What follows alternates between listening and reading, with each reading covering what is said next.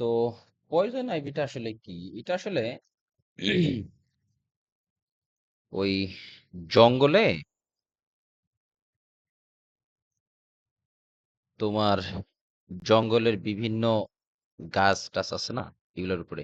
যাই হোক, এটা মূলত কি, দ্য ওয়েল বা রেজেইন। একটু দাঁড়াও।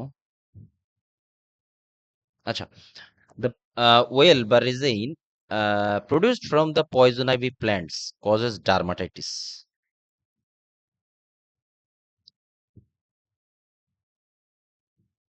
বিষয়টা হলো, এক ধরনের আছে, গাছ আছে যেটা সাধারণত তোমার এটা ওই আমেরিকা বা ল্যাটিন এই অঞ্চলটা এই জিনিসটা বেশি হয়, বিশেষ বিশেষ করে তোমার ওই গাছ বা লতা জাতীয় যেটা,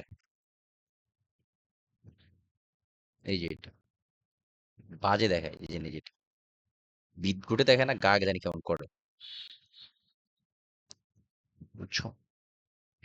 এই গাছের সাথে লাগলে মানে তোমার গা প্রচন্ড চুলকায়।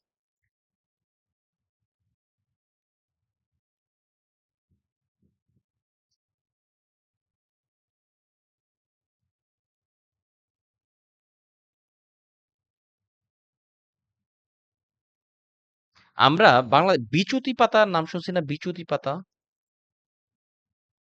এই বিচুতি পাতার মতো অনেকটা, এবং এই যে পাতাগুলিতে, এই লতা জাতীয় গাছগুলিতে ছোট ছোট মানে কি বলে এটাকে, রোম থাকে, যেটা যেই চুলকায় বিচুটি পাতা লাগালে। হ্যাঁ, অনেকটা এই টাইপের, বুঝছো? তো এবং এইটা তোমার গায়ে লাগলে এরকম র্যাশ হয় গায়ে, এবং প্রচন্ড চুলকায়, এবং এক পর্যায়ে তোমার ওই ফোস্কা পড়ে যায়, লালচে ইয়ে হয়ে তারপরে ফোস্কা পড়ে যায়। The oil produced from the poison ivy plants cause dermatitis, resulting in severe itching and papulovesicular lesions, মানে ভিতরে পানি হয়ে যায়। May easily spread by burning leaves of poison ivy. Rashes start within 12 to 48 hours after exposure and can last for several weeks, এবং এটা প্রায় কয়েক সপ্তাহ থাকতে পারে। ম্যানেজমেন্ট কি? Cleanse the skin of the well.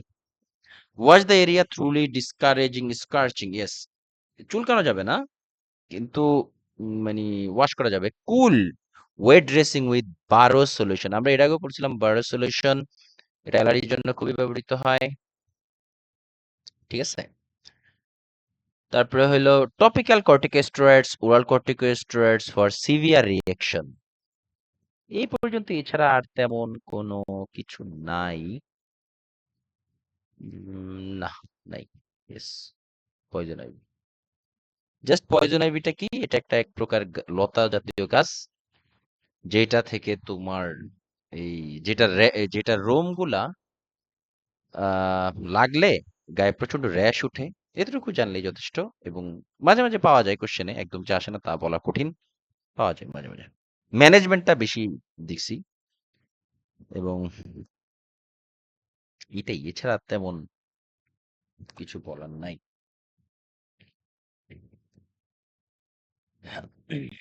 এরপরে আমরা এই চ্যাপ্টারের অন্যতম ভেরি ইম্পর্টেন্ট একটা বিষয় হলো burns. Very important, very very important burns. তো বার্নসে যাওয়ার আগে আরো কিছু হালকা কিছু প্রবলেম আছে, যেগুলো একটু পড়ে নিই বার্নসে যাওয়ার আগে। তো একটু আস্তে একটু দেখে নিই, হ্যাঁ, তারপর আমরা বার্নসে চলে যাব। চলো আরো কিছু প্রবলেম সম্পর্কে একটু জানি। তো প্রবলেম সম্পর্কে যাওয়ার আগে আমরা একটু অটো ইমিউন বিষয়টা অলরেডি জানি আমরা, তারপর আরেকবার একটু ডিসকাস করি, হ্যাঁ। অটো ইমিউন, আচ্ছা, অটো ইমিউনটা কি? অটো ইমিউনটা হলো বডির এমন একটা অবস্থা, যেই কন্ডিশনে বডি নিজেই এমন কিছু প্রোডাক্ট তৈরি করে, এবং এই প্রোডাক্টগুলা বডির নিজের সেলকে ডিস্ট্রয় করে দেয়, এটাই হলো auto immune. Auto immune body এমন কিছু অ্যান্টিবডি তৈরি করে, যেটা বডি নিজেই তার নিজের সেলগুলোকে ডিস্ট্রয় করে দেয়, এটাকে হাইপার ইমিউন রেসপন্সও বলা হয়। যেমন ফর এক্সাম্পল, দেখবা আমরা অনেক সময় সেন্সিটিভ স্কিন শুনেছি, এটা খুবই কমন একটা শব্দ, সেন্সিটিভ স্কিন, মানে অল্পতেই যাদের স্কিনটা সেন্সিটিভ লাল হয়ে যায় বা সেনসিটিভিটি প্রদর্শন করে। এটাও এক প্রকার অটোইমিউন প্রবলেম। আবার অনেকে পর্যাপ্ত মানে যথেষ্ট ধুলাবালি ময়লার ভিতরে থাকলেও তার কোনো প্রবলেম হয় না। এটা হলো তার এ এ তার রেসপন্স। তো যাদেরটা অল্পতেই রিঅ্যাকশন করে সেটা তাদেরটা হলো অটো মানে কি বলে? অটোইমিউন একটা প্রবলেম। তো এটাকে হাইপার ইমিউন রেসপন্সও বলা হয়, মানে অল্পতেই যে রিঅ্যাক্ট করে আর কি। Body produce antibody against its own normal cells or tissues. Treatment generally includes immunosuppressive, plasmapheresis. Immunosuppressive বলতে ওই যে স্টেরয়েড, সাইক্লোস্পোরিন এগুলো আর কি। এটা আমরা এই অটোইমিউন বিষয়ে ডিটেইলস পড়ছিলাম হলো অর্গান ট্রান্সপ্ল্যান্টের ক্ষেত্রে, মনে করে দেখো। তো এর ট্রিটমেন্ট হিসেবে আমরা কি করি অটোইমিউন প্রবলেমগুলোতে? প্লাজমাফেরেসিস অনেকটা ডায়ালাইসিসের মতো আনওয়ান্টেড ইয়েগুলাকে বের করে দেয় বডি থেকে এগুলা।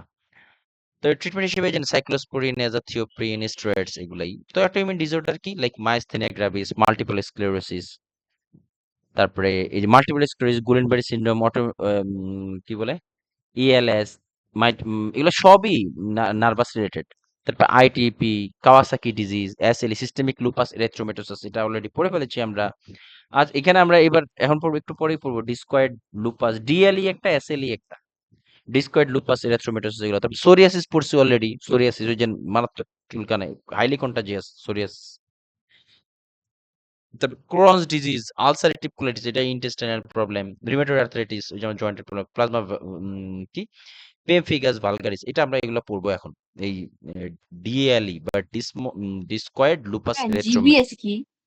গুলেনবারি সিনড্রোম, গুলেনবারি সিনড্রোম এটা একটা হাইলি তোমার উম, কোনটা, এটা হলো তোমার নার্ভাস সিস্টেমের একদম কমপ্লিটলি প্যারালাইসিস হয়ে যায় পেশেন্ট, মানে বাচ্চারা, এটা বাচ্চাদের বেশি হয়।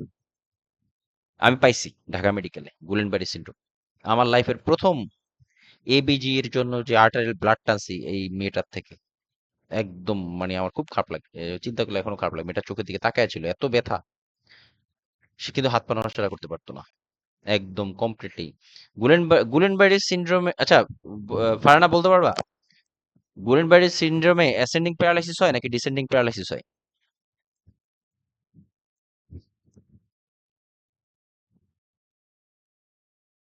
ফারহানা কিংবা যে কেউ যদি তোমরা পারো তো কোনো সমস্যা নেই, মানে ওই কথা বললো আর কি। Farhana, ascending paralysis, yes, ascending paralysis. Guillain Barre সিনড্রোমে বডির নিচের থেকে উপরের দিকে প্যারালাইসিস হওয়া শুরু করে। ঠিক আছে, মানে পায়ের থেকে শুরু করে বডির উপরের দিকে। গুলেনবারি সিনড্রোমের মেইন প্রবলেমটা হয় হলো যদি রেসপিরেটরি প্যারালাইসিস হয়ে যায় তখন প্রবলেম মারাত্মক আকার ধারণ করে। গুলেনবারি সিনড্রোম আস্তে আস্তে পায়ে থেকে শুরু হয়, এরপরে আস্তে আস্তে উপরের দিকে যায়। এটা যদি যেতে যেতে যদি রেসপিরেটরি ধরে ফেলে তাহলে এই প্রবলেম, তাহলে মারাত্মক প্রবলেম হয়ে যায়, তখন ইয়েতে নিতে হয়, ভেন্টিলেশনে। তো ডিসকয়েড লুপাস এরিথ্রোমেটোসাস, এটাও একটা প্রবলেম, জাস্ট হালকা একটু জানি, এর বেশি আর তেমন ইয়ে করা দরকার নেই। আরেকটা হলো ফেমিগাস ভালগারিস, এই যে দেখো কিরকম, এরকম হয় ফেমিগাস ভালগারিস, জাস্ট একটু। এই pemphigus a rare autoimmune disease that cause painful blistering on the skin and mucous membrane. Pemphigus ভালগারিসটা কি তাহলে? এটা হলো একটা অটোইমিউন, অলরেডি আমরা হালকা দেখাইছি স্লাইডে। Blistering on the skin and mucous membrane, এই যে দেখো কিরকম বাজে কন্ডিশন হয়ে যায়।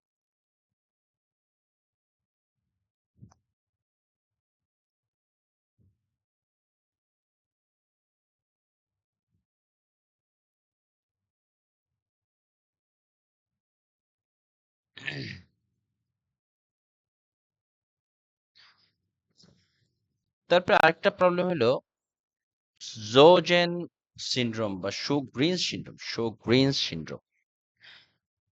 এটাও একটা অটোইমিউন প্রবলেম। এই মূলত মেইন প্রবলেমটা হয় কি, যে এই রোগটা হলে মূলত আমাদের বডির যেই কি বলে বডি যে মানে কি বলে একটু ময়েস্ট থাকে বা একটু ময়েশ্চার থাকে, এটা আসলে কমে যায়। মানে এরা কি করে মূলত আমাদের এই বডি ড্রাই করে ফেলে, হ্যাঁ, মানে আই মিন আমার চোখের পানি শুকিয়ে যায়, মানে চোখ ড্রাই হয়ে যায়, মুখ ড্রাই হয়ে যায়, এগুলা ফলে এগুলা হয় আর কি। এটা মূলত আমাদের মোস্টলি আমাদের ল্যাক্রিমাল গ্ল্যান্ড, আই মিন যেগুলা দিয়ে আমাদের ঘাম উৎপন্ন হয়, তারপরে তোমার কি মুখ দিয়ে লালা হয়, এগুলাতে অ্যাটাক করে। ফলে কি হয়, এই মানে চোখের দিয়ে যে চোখের অ্যাকুয়াস হিউমারাস প্রোডাকশন এগুলা কমে যায়, মুখের লালা উৎপাদন কমে যায়, এগুলো হয়। জাস্ট এতটুকুই জানো, এর বেশি না জানলে চলবে। এর ফলে বডি প্রচন্ড ইয়ে হয়ে যায়, ড্রাই হয়ে যায়। তো uh, Sjogren's syndrome হলো an autoimmune disease affecting the moisture producing exocrine glands which affect the salivary gland with dry mouth, এটাকে xerostomia বলে, leading to dental caries and oral thrush.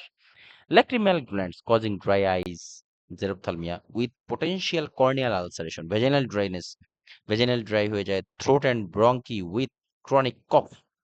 তারপরে additional symptoms such as arthritis etc. এগুলোই just এটুকু জানি। দেখো, এই ছড়ে দিলে অনেকটা আইডিয়া করা যায়। মানে হোল বডি ড্রাই হয়ে যায়, দেখো, dry mouth, dental problem, swollen glands, তারপর ড্রাই ইচি স্কিন, তারপর ভেজানাল ড্রাইনেস, এগুলাই।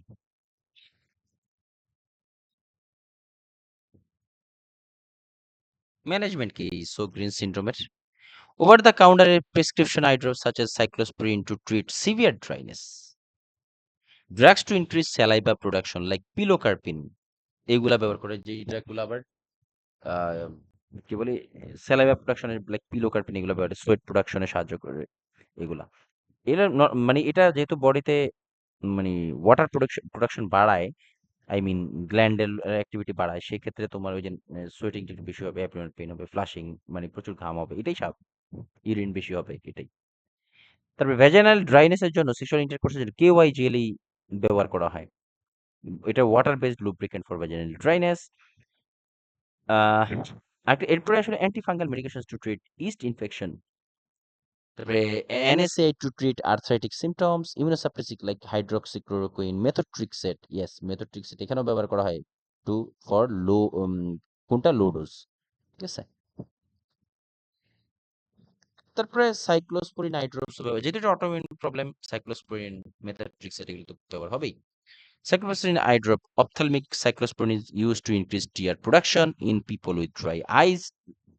তারপরে cyclosporin is in a class of medications called immunomodulators. Already আমরা জানি এটা, ইয়েতে কি অর্গান ট্রান্সপ্লান্টে পড়েছি। It works by decreasing the swelling in the eye to allow for tear production. এরপর আসে হলো স্ক্লোডার্মা বা ক্রেস্ট। এটা আসলে কি, CREST দ্বারা এটার ইয়ে করা হয়, মানে সিমটম গুলো দেখানো হয়। জাস্ট এগুলো একটু হালকা করে জানো, এরকম কিছু আছে একটা, জাস্ট এই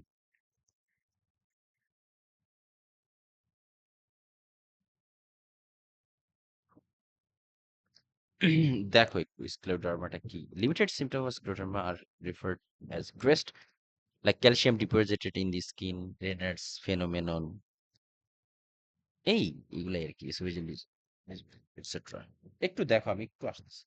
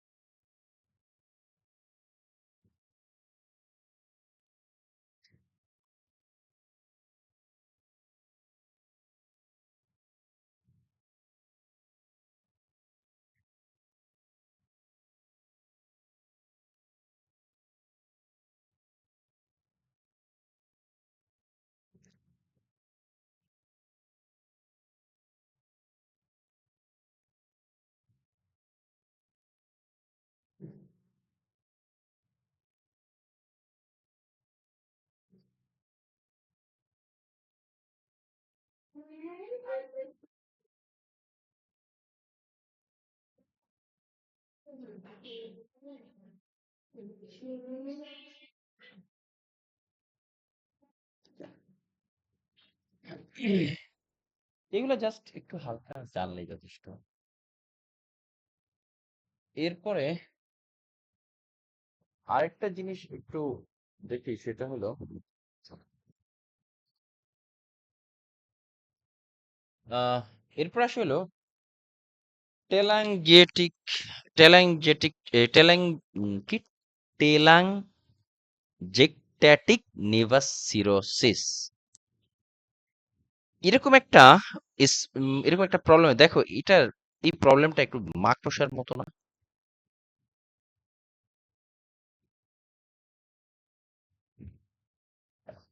এই টেলাঞ্জেনেক্টেসিয়া নেভাস বলা হয় এটাকে, যা স্পাইডার অ্যানজিওমা নামেও পরিচিত। স্পাইডার অ্যানজিওমা এরকম স্পাইডারের মতো হয়। এটা এটা একটা স্কিন ডিজিজ মূলত। এটা এটা আসলে হয় কি তোমার কিভাবে বলবো, লিভার সিরোসিস যখন হয় না, এটা একটু লিখে রাখো তোমরা, লিভার সিরোসিস যখন হয় তখন এই জিনিসটা আমাদের এক্সটার্নালি আমরা স্কিনের উপরে এরকম একটা ফাইন্ডিংস পাই।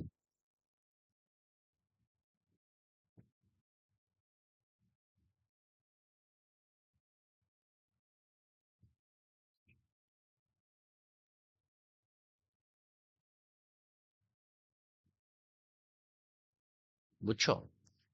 এই টেলাঞ্জিওস্টেটিক নেভাস সিরোসিস এইটা কোশ্চেনে রেয়ারলি পাওয়া যায়, বাট আইসা পড়লে আসলে একেবারে না পারলে আসলে প্রবলেম। এই জন্য একটু জাস্ট এই দেখার বিষয় আছে।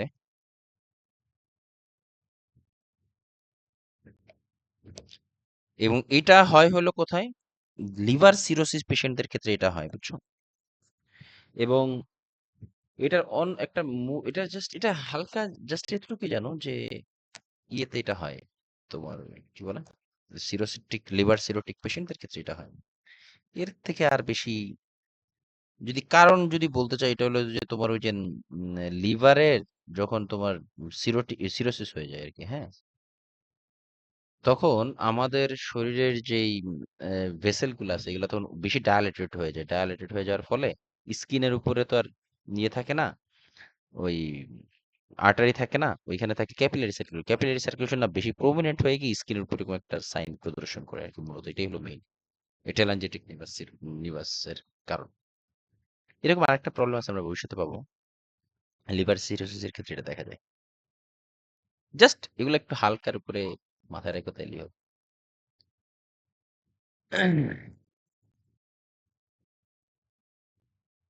এইবার আসি হলো আমরা আমাদের সেই কাঙ্ক্ষিত পড়াশোনা, যেটা হলো বার্ন। ঠিক আছে, বার্নস। তো বার্নসে যাওয়ার আগে একটু স্কিনের অ্যানাটমিটা একবার একটু দেখে নেই। সেটা হলো স্কিন অ্যানাটমিটা একটু দেখি। প্রথমে একদম উপরের লেয়ারটা হলো এপিডার্মিস, এরপর ডার্মাল লেয়ার। ডার্মাল লেয়ারে মূলত এই যে সোয়েট গ্ল্যান্ড গুলা, তারপর নার্ভ, এই যে নার্ভ গুলা, এবং হেয়ার ফলিকুলের যেই ইয়েটা থাকে এটা থাকে। ঠিক আছে, এরপরের লেয়ারটাই হলো ফ্যাট বা হাইপোডার্মিস লেয়ার। এরপরে থাকে হলো সাবকিউটেনাস লেয়ার। তাহলে প্রথম লেয়ার একদম এপিডার্মিস, তারপরে ডার্মিস, এরপরে হাইপোডার্মিস, দেন সাবকিউটেনাস লেয়ার।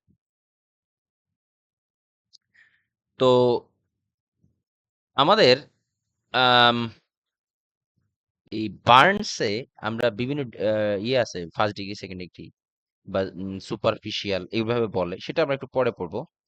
প্রথমেই দেখি বার্নস কি কি প্রকার বার্ন হয় হ্যাঁ, ঠিক আছে। প্রথমে আসলে থার্মাল বার্নস, বিশেষ করে তোমার গরম স্টিম আছে না, এই গরম গরম পানির ধোয়া বা গরম, এইটা মারাত্মক, হ্যাঁ, টেম্পারেচার অনেক হাই থাকে। Types of burns, thermal burns like hot meals, hot liquids, flames, etcetera. বিশেষ করে হট স্টিম মানে most dangerous then hot liquid. জানো এটা গরম মানে ভ্যাপারটা গরম পানির থেকেও ডেঞ্জারাস, জানতো এটা? কেউ শুনছো কখনো? জি ভাইয়া, পুরো সাথে সাথে একদম হয়ে যায়। হ্যাঁ, এটা মারাত্মক। তো এরপর আসলে স্মোক ইনহেলেশন।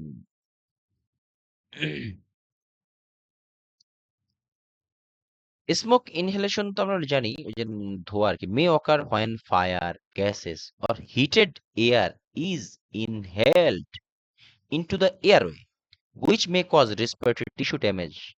Yes. মানে স্মল স্মোক ইনহেলেশন তাহলে আমরা কি বুঝি? মোটামুটি একটা এয়ারওয়ে বার্নস ইন্ডিকেট করে, তাই না?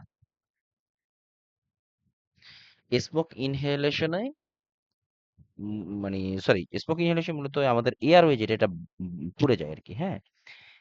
তো may occur when fire gases or heated air is inhaled into the airway which may cause respiratory tissue damage. Findings কি? রেসপিরেটরি ফাইন্ডিং প্রথমে আসলে এরাইতে বা লাল হয়ে যাবে। হোর্স ভয়েস মানে মানে কি গড়গড় শব্দ হয়। তারপর হলো এজিটেশন, অ্যাপ্রিহেনশন, ট্যাকিকার্ডিয়া, তারপরে কার্বনেশিয়াস স্পুটাম মানে কার্বন যুক্ত স্পুটাম থাকে। তবে মোস্ট ইম্পর্টেন্ট সাইন হলো সাইন্ড নেজাল হেয়ার। ইয়েস, নাকের পশম পুড়ে যায়। এটা ভেরি ইম্পর্টেন্ট, এটা স্টার চিহ্ন দিয়ে রাখো। আমরা কোশ্চেনে প্রায় পাই, একটু দেখায় দেই।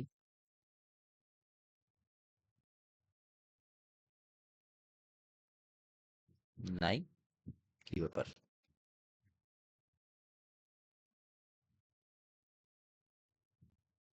আচ্ছা আমি একটু এটা দেখায় দেই, এটা কেমন হয়। নাকের পশম পুড়ে যায়, স্মোক ইনহেলেশন যেটা, এতে নাকের পশম পুড়ে যায়, দেখো।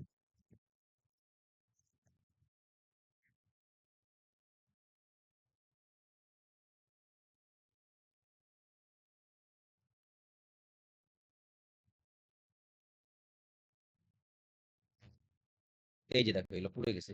এটাকে বলে sign nasal. Sign nasal hair যদি কখনো পাওয়া যায় তখন এটা মানে হলো পেশেন্টের স্মোকিং ইনহেলেশন। হ্যাঁ, এটা কোশ্চেন আসে, এই জন্য এইভাবে বললাম। তারপরে এবং আরেকটা হলো এই তোমার এই সাইন নেজাল হেয়ার হলে এয়ারওয়ে এডেমা হয়। I repeat, sign nasal hair হলে এয়ারওয়ে এডেমা হয়ে যায়। আই মিন স্মোক ইনহেলেশনে এয়ার এডেমা মানে এয়ারওয়ে এডেমা হওয়ার চান্স থাকে, মানে এয়ারওয়েটা ফুলে যাওয়ার চান্স থাকে। ফলে কি হয়, রেসপিরেটরি প্রবলেম তো 100% হবেই, বুঝাই তো যায়।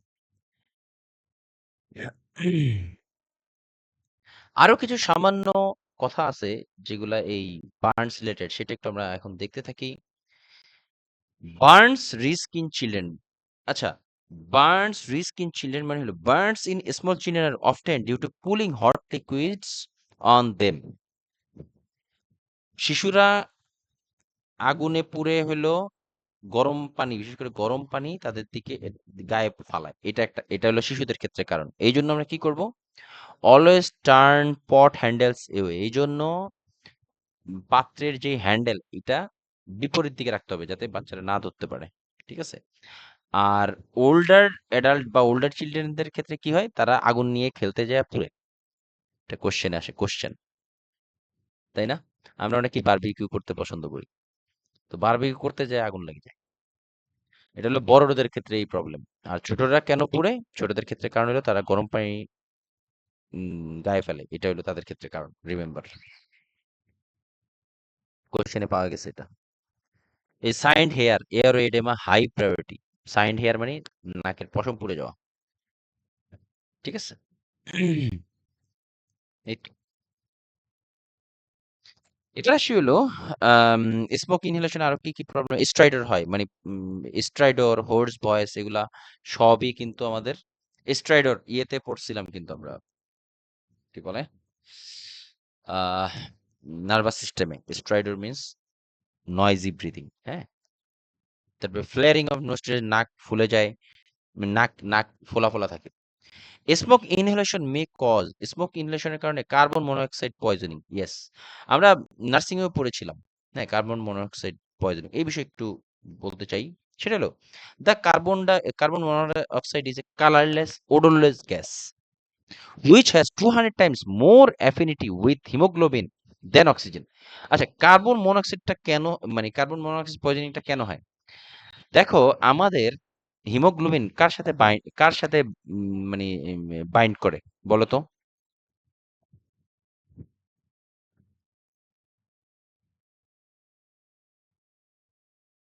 বলো। অক্সিজেন। অক্সিজেনের সাথে অক্সি হ্যাঁ, হিমোগ্লোবিন। অক্সি হিমোগ্লোবিন উপরে আরবিসির সাথে আরবিসিতে থাকে, তাই না?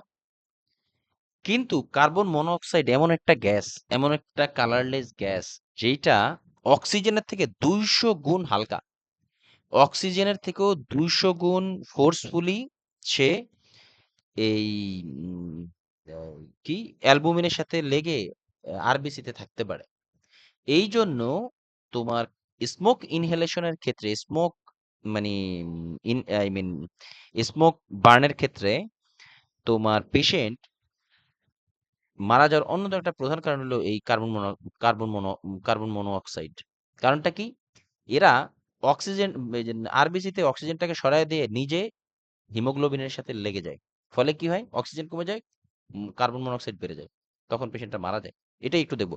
ওয়ান্স হিমোগ্লোবিন ইজ বাউন্ড, এই যেটা বললাম, once haemoglobin is bound with carbon monoxide, there is no hemoglobin available to transport oxygen, resulting in tissue hypoxia and death. আমি কি বুঝতে পারছি কথাটা কি বলছি? হিমোগ্লোবিনের সাথে এই কার্বন মনোক্সাইড এত হালকা হওয়ার কারণে হিমোগ্লোবিনের সাথে এটা বাউন্ড করে ফেলে, মানে বাইন্ড করে ফেলে। তো দেখা যায় এই কার্বন মনোক্সাইড যেহেতু অনেক দ্রুত বাইন্ড করতে পারে হিমোগ্লোবিনের সাথে, সেই ক্ষেত্রে এই হিমোগ্লোবিন আর অক্সিজেনটাকে ট্রান্সপোর্ট করতে জায়গা থাকে না। কারণ হিমোগ্লোবিনই তো তোমার অক্সিজেনটাকে টেনে নিয়ে যাবে, তাই না? কিন্তু এই অক্সিজেন বাইন্ড করতে কার্বন মনোক্সাইডের কারণে আর অক্সিজেন বাইন্ড করতে পারে না। তখন কি হয়? এই কার্বন মনোক্সাইড বাইন্ড তখন আর অক্সিজেন ট্রান্সপোর্ট হয় না, ফলে টিস্যু হাইপোক্সিয়া এন্ড ডেথ হয়। The complication depend on the level of carbon monoxide in blood and death may occur if carbon monoxide level in blood more than 50%. Yes, অক্সিজেনের থেকে যদি carbon মনোক্সাইডের level ব্লাডে বেড়ে যায় তখনই পেশেন্ট মারা যায়। এটার কিছু ইনফরমেশন, এটা ভেরি ইম্পর্টেন্ট একটা কোশ্চেন আসে কার্বন মনোক্সাইডের বিষয়ে।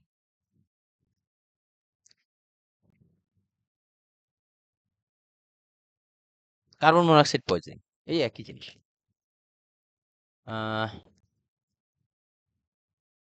Risk of carbon monoxide poisoning increase in the fall and winter due to increased use of heat source in an enclosed space. Yes, সাধারণত শীত প্রধান দেশে অনেক সময় দেখবা যে ইয়ে হয়, আম, কি বলে, আম, ওই যে দাবানল হয় না, তখন এই প্রবলেম হয় কার্বন মনোক্সাইড বেড়ে যাওয়ার কারণে। কার্বন মনোক্সাইডের সিমটমটা কি একটু দেখি। Mild to moderate headache, confusion, malaise, dizziness, nausea, severe ক্ষেত্রে seizure, coma, myocardial ischemia, arrhythmia, etcetera. Carbon monoxide poisoning কি হয়? Frequent causes like smoke inhalation from structure fires, from furnace, ওই যে ফার্নেস বিভিন্ন আম, কি বলে, ফার্নেসের বাংলা কি জানি না, আমি বুঝি বিভিন্ন ওই যে ইয়েতে আছে, চিমনি তো না, ওই যে তোমার ইয়েতে, আরে ইট ভাটা, এগুলাতে এই কার্বন মনোক্সাইড প্রচুর উৎপন্ন হয়।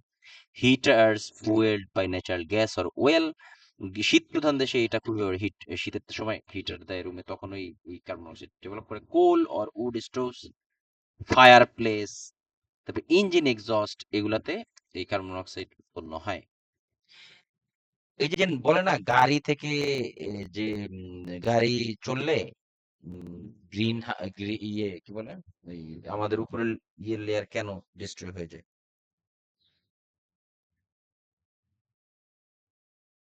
বুঝছো? Carbon monoxide poisoning. Normal carboxy hemoglobin level is less than 5% in non-smokers, and it could be up to 10% in smokers. মানে যারা স্মোক করে তাদের ক্ষেত্রে সর্বোচ্চ তোমার 10% কার্বন মনোক্সাইড থাকতে পারে, আর নন স্মোকারদের less than 5%। With carbon poisoning, when hemoglobin is saturated with carbon monoxide, the SpO2 can appear falsely normal. Yes, কারণ একটু পরে বলছি, বিষয়টা ইম্পর্টেন্ট আছে। With carbon monoxide poisoning, when hemoglobin is saturated with carbon monoxide, then SpO2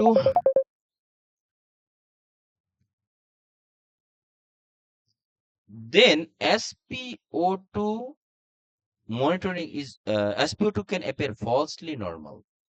carbon monoxide এতটাই পাতলা, এতটাই মানে ইয়ের সাথে লেগে যায় যে তোমার হিমোগ্লোবিনের সাথে লেগে যায়, যে তোমার তো কি বলে তোমার হিমোগ্লোবিনকে সরা দেয়, বাট কার্বন মনোক্সাইড লেগে যায়। এর ফলে কি হয়, এই তোমার ইয়ে করতে গেলে, এই যে এবিজি এগুলো করতে গেলে তোমার সে ইয়ের আমাদের পালস অক্সিমিটার আছে না, কার্বন মনোক্সাইডের ক্ষেত্রে পালস অক্সিমিটার কিন্তু নট রিলায়েবল।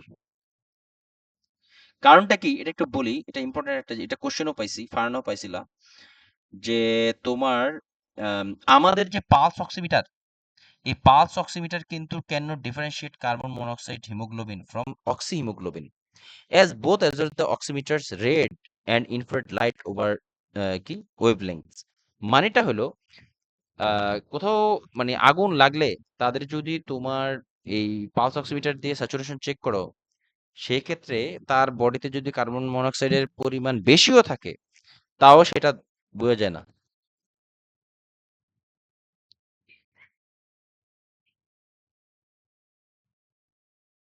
এটা কারণটা কি, কার্বন মনোক্সাইডের থাকা অবস্থায় বডিতে যদি তুমি ইয়ে লাগাও, মানে কি বলে, আরে পালস অক্সিমিটার লাগাও, পালস অক্সিমিটার কিভাবে কাজ করে আমাদের বডিতে, কিভাবে অক্সিজেন স্যাচুরেশন মাপে, সে মাপে হলো তোমার ওই যে এটা যে মানে লাল লাইটটা রেটা আছে, এইটা আমাদের ওই হিমোগ্লোবিন এবং ব্লাডের সাথে মিশে একটা পার্সেন্টেজ তৈরি করে।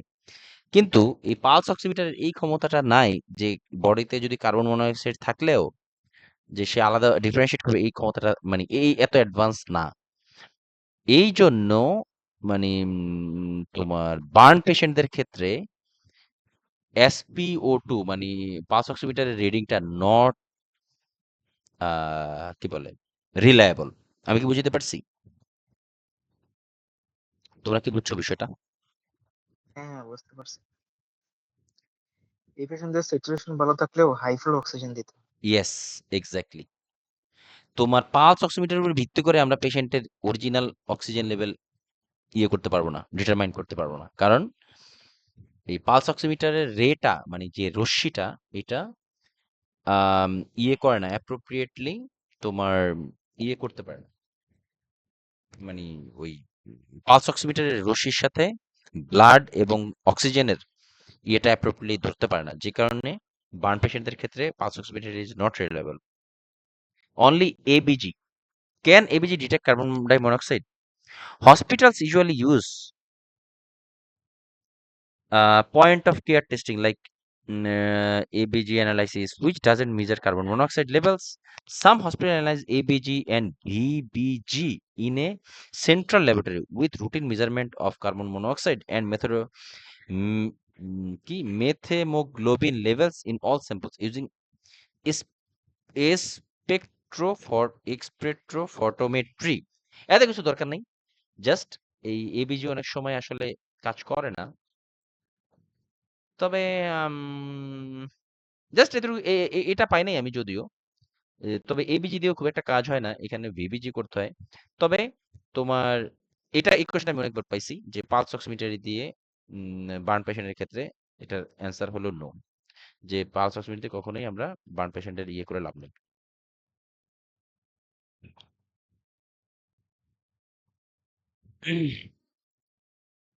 আচ্ছা, এরপর একটা আছে হলো IST device. It is a it is handled in vitro analyzer designed to be used to at the patient bedside for testing arterial, venous, or capillary whole blood. It takes single-use cartridge containing chemically sensitive আচ্ছা, IST ডিভাইসটা আমার exactly মনে আসতেছে না, এটা কোশ্চেনে খুব একটা পাই না, একটু জাস্ট হালকা একটু দেখি, ওয়েট। আইএসটি ডিভাইস, এটা দেখছিলা এই ডিভাইসটা, কেউ দেখো তো, এরকম কেউ দেখছিলা এই ডিভাইসটা বেড সাইডে?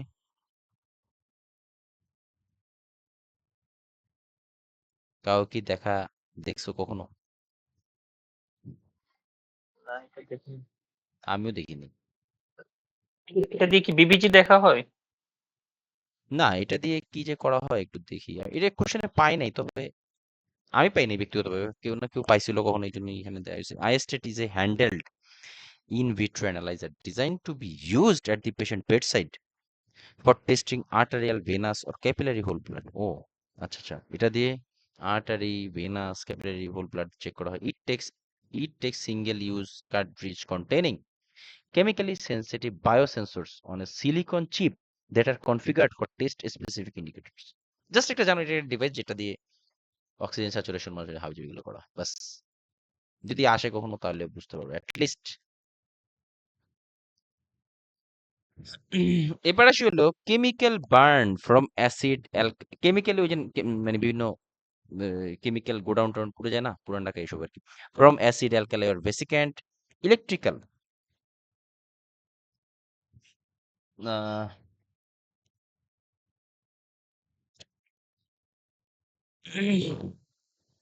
আচ্ছা আরেকটা জিনিস একটু বলতে চাই। Okay, electrical caused by high voltage electric current or lightning that may cause cardiac arrest, ventricular fibrillation, and elect- electro electrocution. আচ্ছা, আহ, বিজলি চমকায় না, আমরা প্রায়ই শুনি যে বিজলি চমকায় পরে মারা যায়। হ্যাঁ, এটা কেন বিজলি চমকানোর পরে গায়ে পড়লে কেন মারা যায়? কোনো আইডিয়া আছে? কেন কি হয়? আমি বলছিলাম কার্ডিওভাস্কুলার। কেন বিজলি পড়লে মানুষ মারা যায়? কি হয়েছে, এরকম কি হয়ে যায়? কারেন্টের হুম, শক খায় এফ কি এফ হয়। কি এফ হয় বলতে পারবা? তো কি কার্ডিওলজিতে ছিলা?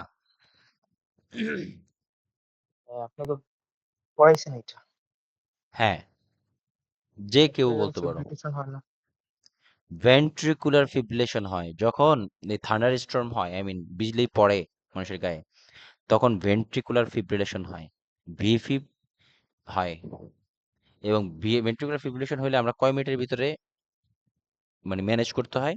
2 মিনিট, উইদিন 2 মিনিটস এর ভিতরে যদি ম্যানেজ করা না যায় পেশেন্ট উইল ডাই। এই জন্য মানে ভেন্ট্রিকুলার ফিব্রিলেশনের পেশেন্ট এত মারা যায়, কারেন্টের শকে এই কারণেই মারা যায়। 90 second. 90 second, 1.5 minute. Very important. এবার আসি হলো বার্নস এর ক্লাসিফিকেশন। তো আরেকবার একটু দেখায় নেই, epidermis, dermis, hypodermis and subcutaneous layer.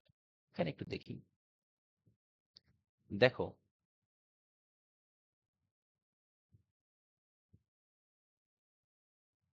Burns first ডিগ্রিতে, বা ফার্স্ট ডিগ্রির আরেকটা নাম হলো সুপারফিশিয়াল। ফার্স্ট ডিগ্রি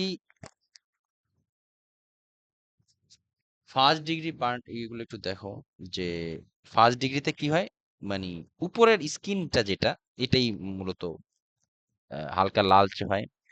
তা মানে স্কিনটা সামান্য লাল হয়, তার হালকা একটু ফুলে টুলে উঠে আর কি। তবে কোনো ব্লিস্টার পড়ে না ফার্স্ট ডিগ্রিতে, কোনো ব্লিস্টার হয় না। আমরা একটু পরে পড়বো, একটু জাস্ট একটু ছবিটা দেখো তাহলে একটা আইডিয়া হবে। তারপরে আসি হলো ফার্স্ট ডিগ্রিতে মানে সুপারফিশিয়াল, আই মিন উপরেই যা আছে হালকা লাল হয়।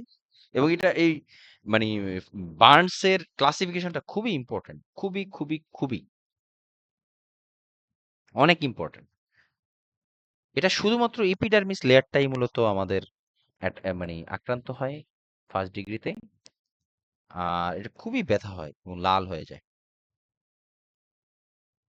কোনো ব্লিস্টার হয় না, কোনো ফোস্কা পড়ে না আর কি। হ্যাঁ, এবার আসলে সেকেন্ড ডিগ্রি।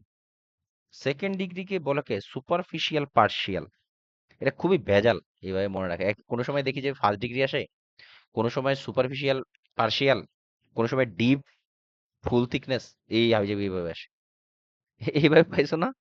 পারে না? এটা কিন্তু এইভাবেই আসে জানো, এটা দুইটা দুইটা এইভাবেই মাথায় রাখতে হয়, কিছু করার নেই। এই যে ফার্স্ট ডিগ্রি সুপারফিশিয়াল বলা হয়। এবার হচ্ছে সেকেন্ড ডিগ্রি। সেকেন্ড ডিগ্রি বলা হয় পার্শিয়াল থিকনেস। পার্শিয়াল থিকনেস এটা কি হয়? ব্লিস্টার তো পরে মাস্ট। এপিডার্মিস এটা এই ইয়েটা কি করে, এই দেখো এপিডার্মিস একদম উপরের লেয়ার এবং ডার্মিস লেয়ার, দুইটা লেয়ারকে সে অ্যাটাক করে। সেকেন্ড সেকেন্ড সেকেন্ড ডিগ্রিতে। এই জন্য এটাকে বলে পার্শিয়াল থিকনেস বলা হয়। এবং এখানে তোমার লাল তো হবে, ব্লিস্টারও পড়বে, তা এবং কি বলে মানে ব্লিস্টার এবং ফার্স্ট ডিগ্রি এবং সেকেন্ড ডিগ্রির ভিতরে পার্থক্যটা হলো ফার্স্ট ডিগ্রিতে লাল হবে, কোনো ব্লিস্টার পড়বে না, আর সেকেন্ড ডিগ্রিতে লাল হবে প্লাস ব্লিস্টার পড়বে, দুইটাই, এবং এটা ভেরি পেইনফুল। আরেকটা জিনিস বলে দেই, ফার্স্ট ডিগ্রি এবং সেকেন্ড ডিগ্রি এই দুইটাতে তোমার এই দুইটা লেয়ারে আমাদের নার্ভগুলা থাকে। ফার্স্ট ডিগ্রি এবং সেকেন্ড ডিগ্রিতে লাল নার্ভগুলা সাপ্লাইগুলা নার্ভ সাপ্লাইগুলা দিয়ে থাকে আর কি। এবং এই ফার্স্ট ডিগ্রি এবং সেকেন্ড ডিগ্রি বার্নেই মোস্ট সিরিয়াস পেইন হয়। বার্নে যদি কখনো পেইন না হয় তার মানে তার নার্ভ সিস্টেমই পুড়ে গেছে, জ্বলে গেছে আর কি। আর যদি ব্যথা হয় তার মানে হলো ফার্স্ট এবং সেকেন্ড ডিগ্রির ভিতরেই বার্নটা আছে। রিমেম্বার কোশ্চেনে আসে, বলে দিলাম। এবার আসে হলো থার্ড ডিগ্রি বা কি বলে ফুল থিকনেস। থার্ড ডিগ্রি বা ফুল থিকনেস আমাদের নার্ভ গুলা তোমার এপিডার্মিস এবং ডার্মিস লেয়ারে অন্তর্ভুক্ত থাকে, তো এই জন্য ফার্স্ট ডিগ্রি বা সেকেন্ড ডিগ্রিতে পুড়ে গেলে প্রচন্ড ব্যথা হয়। কিন্তু থার্ড ডিগ্রি বা ফুল থিকনেস যখন হয় তখন সাবকিউটেনাস লেয়ার থেকে শুরু করে মাসালের দিকে আস্তে আস্তে নিচের দিকে নামতে থাকে। এই কারণে যেহেতু তোমার অলরেডি থার্ড ডিগ্রিতে তোমার নার্ভাস সিস্টেম পুড়ে গেছে, এই জন্য থার্ড ডিগ্রি এবং ফোর্থ ডিগ্রিতে কোনো ব্যথা থাকে না পেশেন্টের। তো থার্ড ডিগ্রি বা full thickness effect epidermis, dermis, subcutaneous layer, injured subcutaneous. আচ্ছা, এই যে এই সাবকিউটেনাস তোমাদের বোঝা, দেখো সাবকিউটেনাস লেয়ার আছে না, এটাকে লিখে রাখো অলসো নোন অ্যাজ হাইপোডার্মিস। এটা আমি কোশ্চেনে পাইছিলাম, আমি জানতাম না, কোশ্চেনে পাওয়ার পরে দেখি যে এটা হাইপোডার্মিস। সাবকিউটেনাস লেয়ার বা এটাকে হাইপোডার্মিসও বলা হয়, একটু লিখে রাখো। সাবকিউটেনাস লেয়ার অবলিক হাইপোডার্মিস, এটা লিখে রাখো, একটু পরে দেখাইতেছি। এফেক্ট এপিডার্মিস, ডার্মিস, মানে উপরের লেয়ারগুলো তো যাই। Effect epidermis, dermis and hypodermis বা subcutaneous layer, injured area appears dry, এবং এই যে অ্যাপিয়ার্স ড্রাই, এডেমেটাস মানে এডেমা হয়, তারপরে deep red, black, white or brown area, charred all leathery, charred all leathery মানে ওই যে চামড়া চামড়ার মতো একটা দেখায়, লিটল অর নো পেইন, সাধারণত ব্যথা থাকেন খুবই কম থাকে অথবা থাকেই না। নিড স্কার রিমুভাল মানে ডেথ টিস্যু, যেটা পুড়ে গেলে যে দেখো একদম কালো হয়ে যায়। এই ইয়েটাতে থার্ড ডিগ্রিতে মানে কালো হয়ে যায়, এবং এটাকে ইস্কার বলে, ইস্কার। আমি একটু পরে দেখবো, আরো ছবি বাকি আছে, এবং এগুলো রিমুভ করতে হয় ডেথ টিস্যু গুলো। এটা হলো থার্ড ডিগ্রি। এরপর আসি হলো এই যে দেখো ব্রাউন, হোয়াইট, চার্ড, লেদারি। এটা লেদারি একটু মানে লেদারি মানে কি, চামড়াটা চামড়াটা একটু দেখা যায়, যাই হোক। তারপরে তোমার ফোর্থ ডিগ্রি বা ফুল থিকনেস, এটাকে ডিপ ফুল থিকনেসও বলে। ওই শীটে দেখো লেখা আছে it affects all skin layer, এটা সব প্রত্যেকটা লেয়ারকে, আমাদের এই যে এপিডার্মিস, ডার্মিস, সাবকিউটেনাস বা হাইপোডার্মিস, মাসেল, বোনস, একদম বোনস পর্যন্ত চলে আসে, পুরো সব লেয়ার গুলো পুড়ে যায়, ইনক্লুডিং টেন্ডন যা আছে।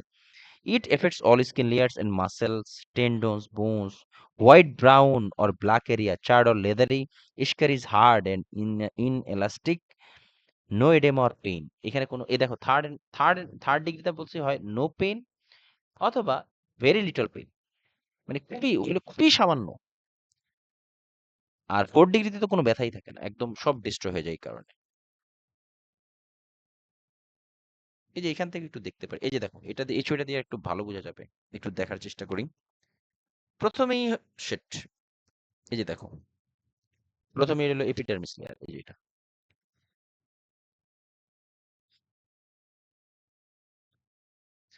তারপরে হলো ডার্মিস লেয়ার, এরপর হাইপোডার্মিস বা সাবকিউটেনাস লেয়ার, এরপর মাসেল লেয়ার, বোনস তো আছেই। এবার একটু আমরা বোঝার চেষ্টা করি। আচ্ছা, এবার একটু তোমাদের জিজ্ঞাসা করি, আমাদের এই হাইপোডার্মিস লেয়ার যদি পুড়ে যায় তাহলে এটা কোন ধরনের বার্নস? এতক্ষণ তো, হ্যাঁ third degree. Degree. Third. Third degree, yes. এগুলা কিন্তু ওই যে অল্টারনেটিভ নামও আছে, সুপারফিশিয়াল, ডিপ, ডিপ সুপারফিশিয়াল। এগুলা কিন্তু এগুলা ছবি দিয়ে নিজের গরজে করছি। পুরো, প্লিজ। এটা আমি বললেও লাভ নাই। এটা এইভাবেই আসে, দুইভাবেই আসে, ফার্স্ট ডিগ্রিও আসে, সুপারফিশিয়াল, ডিপ, সুপারফিশিয়াল, পার্শিয়াল, বহুত কাহিনী এদিকে। এটা নিজেরই মনে রাখতে হবে, কিছু করার নেই। আমি এইভাবে মনে রাখছি। ফারহানা ওইভাবে মনে রাখছো না? ফারহানা? মনে হচ্ছে কিন্তু শুনে কোশ্চেন ব্যাংক গুলোতে ওইখানে দেখি নাই সুপারফিশিয়াল, কিন্তু যে নার্সিং ল্যাবে যে আমরা করছিলাম হুম হুম। ওইখানে হচ্ছে এই যে সুপারফিশিয়াল না, এনক্লেক্সে পার্শিয়াল এনক্লেক্সে এগুলো আছে। এনক্লেক্সে একদম পার্শিয়াল, সুপারফিশিয়াল এইভাবে আসছে। নেটফ্লিক্সে পাইছি। নেটফ্লিক্সে ওরা ডিগ্রি ইউজ করে না। হ্যাঁ, অনেক জায়গায় হুম। ডিগ্রি ইউজ করে, আর অনেক জায়গায় করে না। আমি তোমাদেরকে দুইটাই বলে কোশ্চেন দিলাম, এটা ব্যাংক নিজ গুলোতে না দায়িত্বে পড়তে। কিন্তু ওরা হচ্ছে ডিরেক্ট ছবি দিয়ে এই থার্ড হ্যাঁ। ডিগ্রি ফোর্থ ডিগ্রি দিয়ে দেয়। হুম। ছবি দিলে সমস্যা হয়, ধরা যায় না। ইয়েস।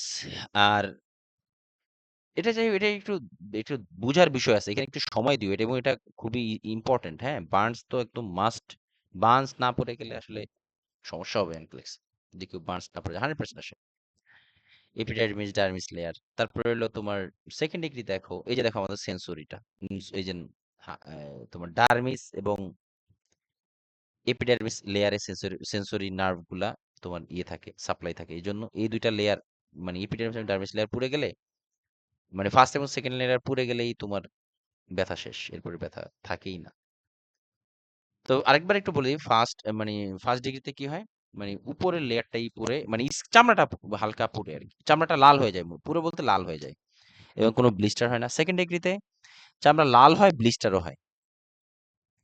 থার্ড ডিগ্রিতে এপিডার্মিস এবং ডার্মিস লেয়ার দুইটাই পুড়ে যায়, এবং এটা হাইপোডার্মিসের দিকে আসে, এবং এইখানে আমাদের উপরে দুইটা লেয়ার যাই, ইনক্লুডিং স্কিন, এটা হলো থার্ড লেয়ার।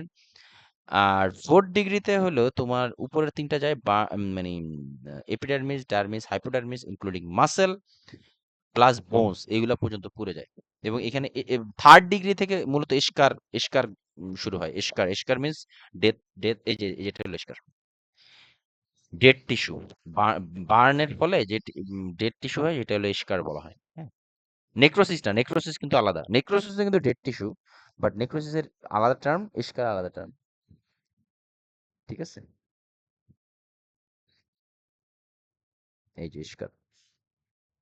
আমি হয়তো অনেক আর্লি বলছি, কিন্তু কোশ্চেন এটা খুবই আনন্দদায়ক ভাবে আসে, তো সবাই আনন্দ করো, এটাই। তো এবার একটু আরেকবার একটু বলি। ফার্স্ট ডিগ্রি বা superficial, it effects only the epidermis, very painful, and it appears as erythema, blanching, etc. হ্যাঁ, চলো আমরা একটা ব্রেক নেই, তারপরে আমরা আবারও